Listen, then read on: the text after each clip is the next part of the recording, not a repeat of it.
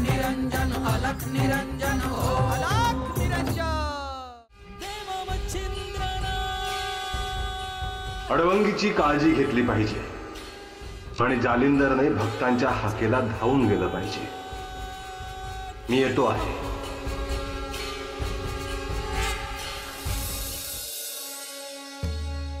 मलाही असं वाटतं की अडबंगीनाथांना थांबवून घ्यावं, आश्रमात तयार होणारा महाप्रसाद त्यांना खायला द्यावा, परंतु गुरुदेवांच्या आज्ञेशिवाय मी काहीही निर्णय घेऊ शकत नाही।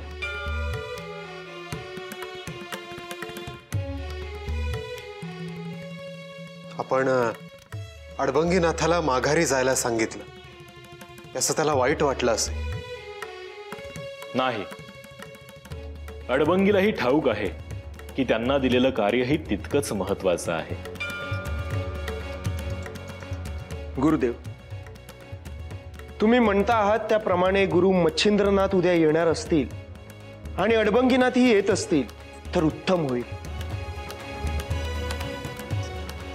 मला तरी ते तसंच होताना दिसतं आहे।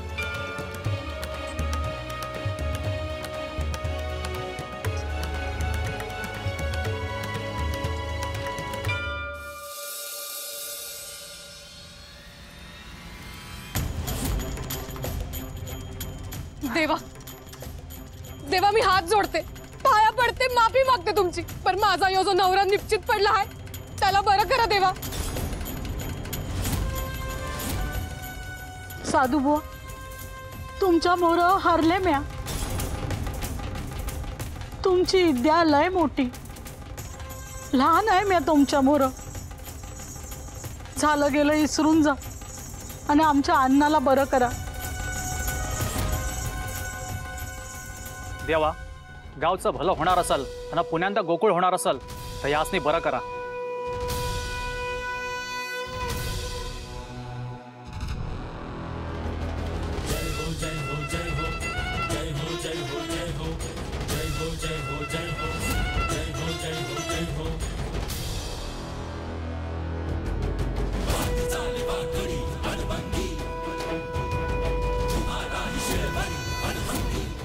आदेश अलख निरंजन।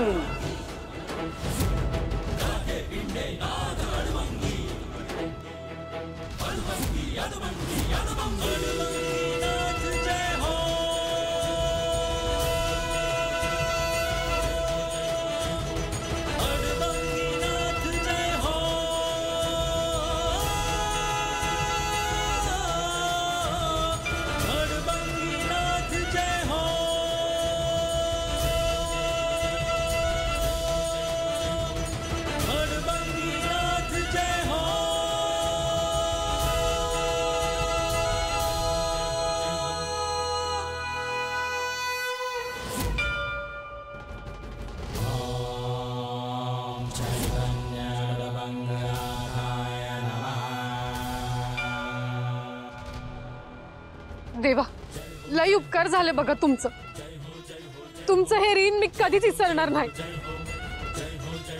देवा, म्या तुम्हाला ओळखलं नाही, माझ्याकडनं बी चूक झाली, त्याचं प्रायश्चित म्हणून काय करू?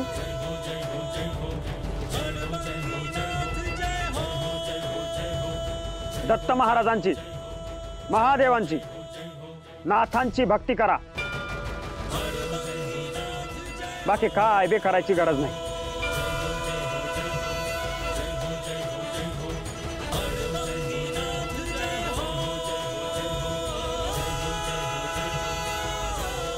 जावा, आता कोणी बी थांबू नका।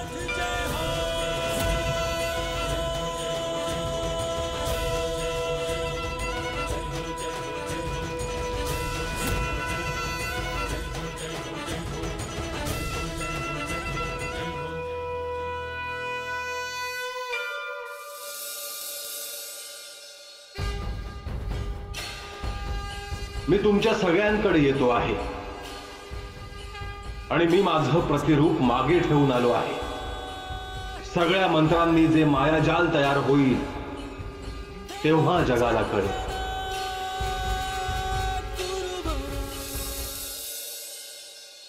ओम नमो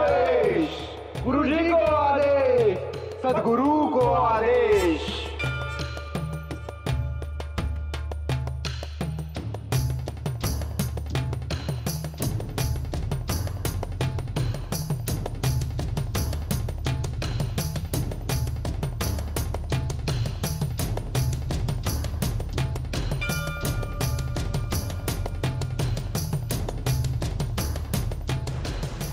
शुभम भवतो।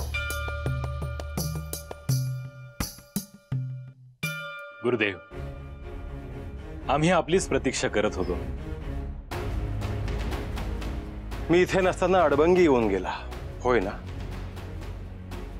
होय गुरुदेव। आपण सगळ्यांनी मिळून अडबंगीला सांभाळून घेतलं पाहिजे।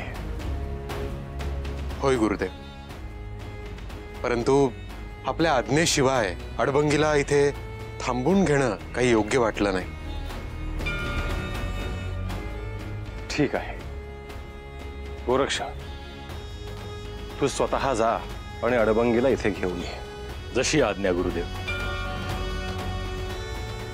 गुरुदेव, एका भक्ताला सहाय्य म्हणून मला जवळच असलेल्या एका गावात जायचं आहे। अवश्य। आपण हे आश्रमात जरी थांबलो असलो तरी नाथपंथाचं कार्य हे अखंडपणे सुरू असायला हवं। नाथपंथाचे जे कोणी भक्त आहेत त्यांच्या इच्छा तात्काळ पूर्ण व्हायला हव्यात। जो कोणी नाथपंथाची भक्ती करेल तो कोणीही असला, कुठेही असला, कसल्याही परिस्थितीमध्ये असला तरी त्याला तात्काळ सहाय्य हे मिळतच, अशी आपली ख्याती असायला हवी। होय गुरुदेव।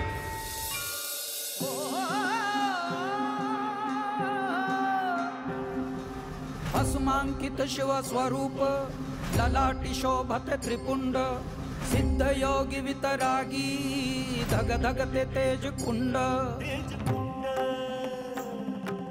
सज्जनासी संजीवन दुरितांचे निर्दालन शुभम भवतो। धारास्तव जणू प्रकटति नव नारायण सृष्टीच्या स्पंदनात काळाच्या मंथनात दुम दुमतो दुम दुमतो दुम दुमतो या। दुम दुमतो एक नाद व्यापुनी त्रिभुवन अलख निरंजन अलख निरंजन अलख निरंजन हो आदेश अलख निरंजन अलख निरंजन अलख निरंजन हो अलख निरंजन। अडबंगी, तुझ्यावर सद्गुरूंचे प्रेम आहे म्हणून तुला त्यांनी बोलवले आहे। आता तुझे सगळे प्रश्न संपून जाते। सद्गुरूंचे प्रेम तसे आहे। नर्मदा, आम्ही तुझ्याकडे येतो आहोत, तू काळजी करू नकोस। नियतीने तुझ्या पतीचे अपमृत्य जरी लिहिले असेल तरी आम्ही ते दूर करू।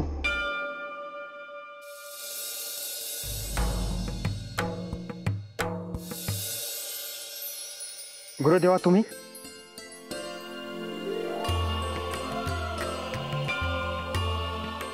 होय अडबंगी, तुलाच भेटायला आलोय। मी पुढे वनात चाललो आहे। कंदमुळं फळं काही मिळतात का बघतो।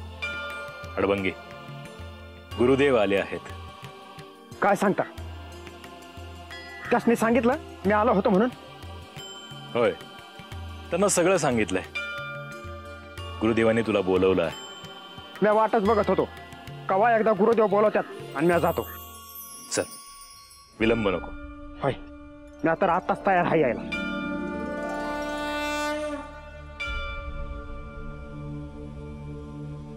बरं, गावालाच मी एकदा भेटून येतो। कसं आहे ते हुडकत बसतील मला। होय अडबंगी, गुरुदेव प्रतीक्षा करत बसतील। आधी आपल्याला त्यांच्याकडे जायला हवं। पण गुरुदेव मला तुमच्या इथंच ठेवून घेताल ना? त्याबद्दल मी काही सांगू शकत नाही, कारण तो निर्णय सर्वस्वी गुरुदेव घेतील। पर गुरुदेवासनी तुम्ही माझ्या बाजूने सांगा। होय, मी निश्चित सांगेल, पण आता उशीर नको। चल। होय गुरुदेवा, निघू लागलीच। चल।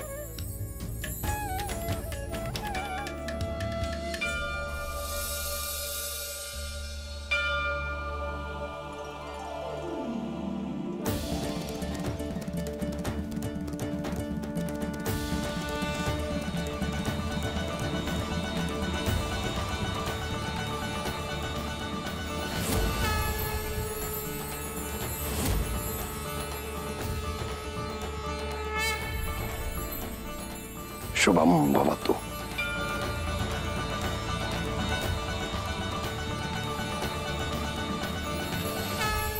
सरस्वती, तुझी प्रार्थना माझ्यापर्यंत पोहोचली आहे. मी तुला तसा संदेशही दिला. होय गुरुदेव, मी त्यांना सांगण्याचा खूप प्रयत्न केला, पण ते काही केले ऐकायला तयार नाही. माई, गुरुदेव सांगतायत त्याला कारण आहे.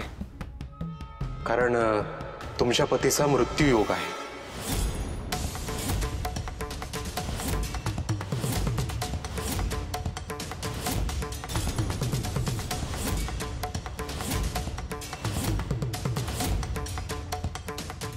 सरस्वती, तुझ्यावर गुरुकृपा आहे, म्हणून या संकटातून बाहेर येण्यासाठी मी तुला मार्ग सुचवला. आता तो साध्य कसा करायचा याचा तू विचार कर. अशी घाबरून जाऊ नकोस. मी काय कर गुरुदेव? सर्वप्रथम तू तुझ्या पतीला नदीत स्नान करायला सांग. कोणतीही नदी गंगे समान पवित्र असते. माई, गुरुदेव जे सांगतायत ते तात्काळ होईल असं बघा. कारण संकट दारावर आलं तर काही करता येणार नाही. होय गुरुदेव. आदेश. अलख निरंजन.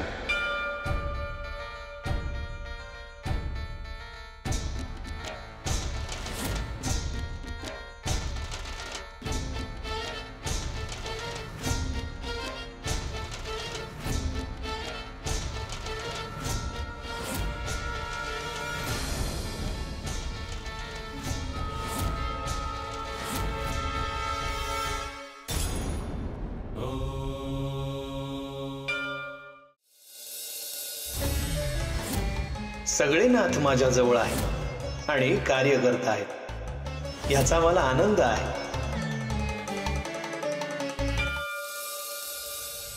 काय ग सरस्वती, किती हुडाकलं तुला? यांच्या जीवाचं काही खरं नाहीये बघ. शेटजींच्या? होय, गेल्या साली आपल्या गावी जालिंदर नाथ आले होते. पर त्यांचं काय? त्यांनीच सांगितलं बघ सगळं. अरे देवा, मग आता काय करणार? तरी ना मी यांना सारखं सांगत असते, कंजूसपणा जरा कमी करा. लोकांचं धन जमिनी नका ठेवून घेऊ. अगं मग ना आताच मी उपाय विचारायचा ना व. चल, सगळ्यात आधी आपण तेच करूया.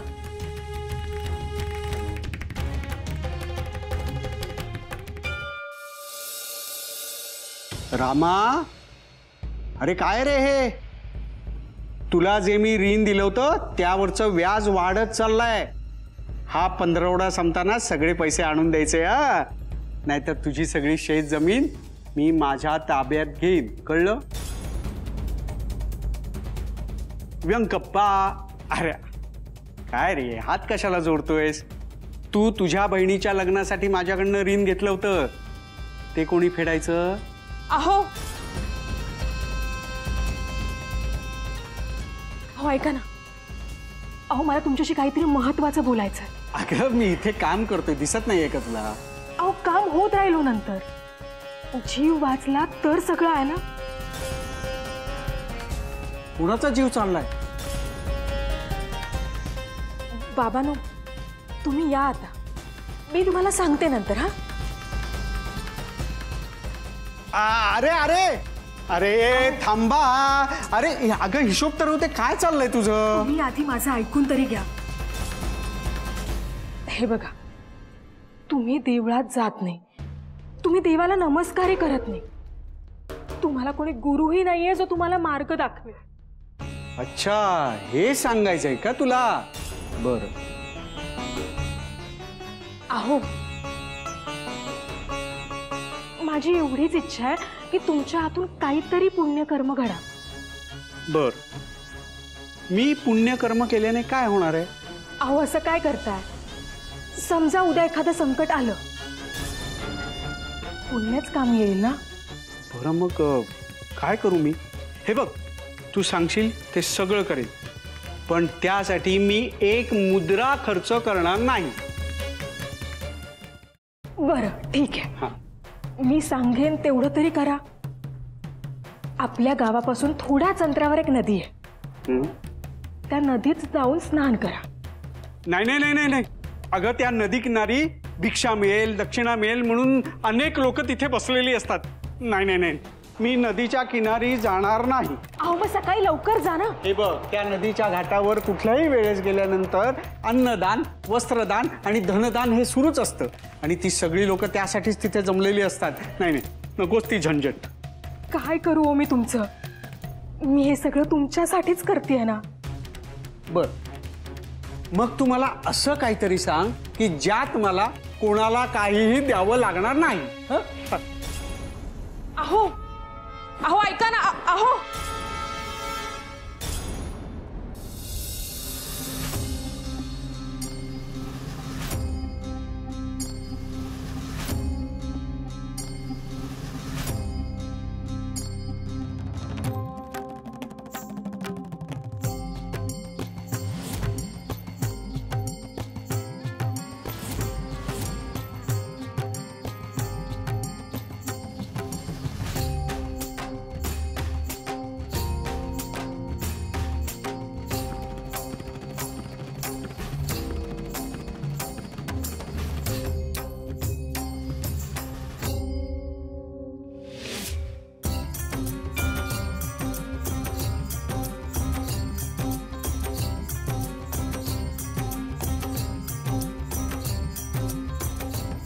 ये अडबंगी, कसा आहेस? बरं आहे. तुझं काय म्हणणं आहे ते मला ठाऊक आहे, परंतु मला ते तुझ्या मुखातून ऐकायचं आहे. मला हे तर तुमच्याजवळ आश्रमातच राहू द्या. आणि जे कार्य हाती घेतलं आहे त्याचं काय?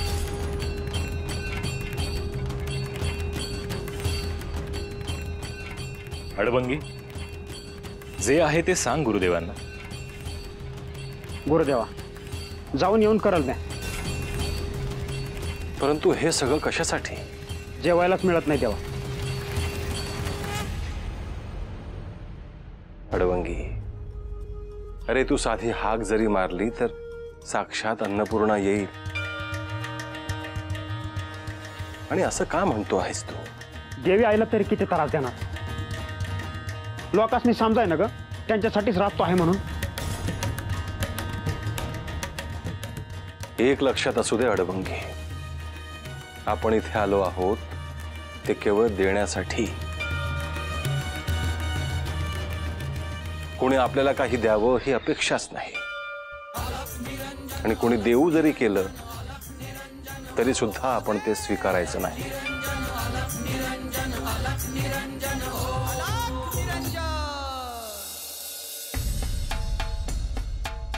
वाचलो बाबा, सारखी कटकट मागे. अहो तुम्ही मला सांगणार होतात ना? कशाच? काय? अहो हेच की नदी स्नानाचं काय ठरवलंय तुम्ही? मी असं करतो, मी घरीच आंघोळ करतो, पाहिजे तर 2दा करतो. अहो असं करून कसं चालेल? मी तुम्हाला काही खर्च करायला सांगते का? आणि आजपर्यंत मी तुमच्याकडून कधी काही मागितलंय का? नाही ना? मग आता तरी माझी एवढी इच्छा पूर्ण करा. बरोबर आहे, तू म्हणतेस की तुम्ही खर्च करू नका, पण तिथे गेल्यानंतर तिथे जी माणसं आहेत त्यांचं काय करायचं? ते मला काही ठाऊक नाही. तुम्ही काहीतरी त्यातून मार्ग काढा. आता मी काय मार्ग काढू? सुचला, मार्ग सुचला. काय सुचलं? अहो सांगा तरी. नदीचा घाट आहे, त्या नदीच्या घाटाच्या शेवटी स्मशान घाट आहे, तिथे अंत्यसंस्कार होतात. तिथे जाऊन मी स्नान करतो, म्हणजे तिथे कोणीही माझ्याकडे काही मागायला येणार नाही. तुम्हाला भीती नाही वाटणार? अगं माझ्या मुद्रा वाचणार असतील तर त्यासाठी मी स्मशानात सुद्धा जायला तयार आहे. ठीक आहे, नदीत स्नान होत आहे ना, ते महत्वाचं. शेठजी, तुला वाटतं तेवढं हे स्नान सोपं नसेल? तू धन वाचावं म्हणून काही मैल चालत जाशील, दान दक्षिणा वाचावी म्हणून स्मशान घाटावर जाशील, परंतु धन तुला द्यावंच लागेल. काहीही झालं तरी